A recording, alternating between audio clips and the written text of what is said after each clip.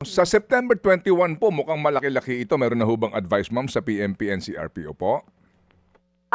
Meron po kaming namomonitor at meron na rin po namang mga nagsasabi na mayroon pong magaganap sa 21 based na rin po dun sa mga nakikita natin sa social media na may mga nag-i-invite, mga nag-iinganyo po na mag-join dito sa magaganap na pagtitipon sa 21. Pero sa ngayon po wala pa po tayong talagang confirmed po na mga grupo na magdadalo dito sa 21. Okay. Meron na hubang kumpirmasyon na ngayon ang NCRPO ay meron na pong ipinakalat na mga magbabantay sa mga exclusive subdivisions all over Metro Manila. Halimbawa po dito po sa Makati along Forbes Park, yung Dasmariñas Village dyan.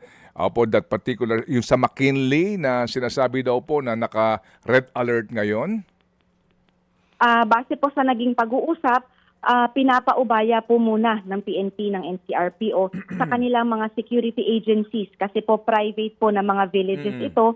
So meron naman po silang mga private na mga security agencies na nagbabantay po sa kanila. So kung kailangan naman po na ng responde or kailangan po nila ng police assistance, kami naman po ay agad natutugon sa kung ano man po yung kanilang mga hiling. Opo, but do you confirm the report na naka-heightened alert ngayon ang mga pulis sa mga lugar na ito, no? Hindi po lamang diyan sa mga exclusive subdivisions na yan, sa ilang pong mga identified kung saan po nakatira ang ilang pong matataas na opisyal ng gobyerno, pati po itong mga sinasabi na mga iniuugnay sa mga kontrobersyang ito, nakabantay po doon ng mga pulis kasi nga daw po baka sugurin.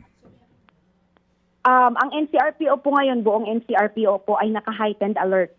So yung pong mga areas po na nabanggit natin, yung mga exclusive subdivisions na kung saan po nandun yung ating mga ilang officers na kailangan po bantayan is nakamonitor naman po yung ating mga city police stations na malapit po doon sa mga villages na yun para po kung nakaantabay sila kung kailanganin man po nila ng agarang assistance. Mga kapatid, brothers and sisters, saan ka pa? Dito na tayo sa totoo. Dito na tayo sa True FM. Mga kapatid, mag-subscribe and follow po kayo sa social media accounts ng True Network PH. Yan po kami. Hanapin nyo lang True Network PH, Facebook, Instagram, YouTube, TikTok, and podcast. Mapa Apple or Spotify man yan, mahahanap nyo kami. Lahat ng mga napapanood at napapakinggan nyo po sa programa, nasa social media accounts namin yan. So, paano mga kapatid? See you sa social media!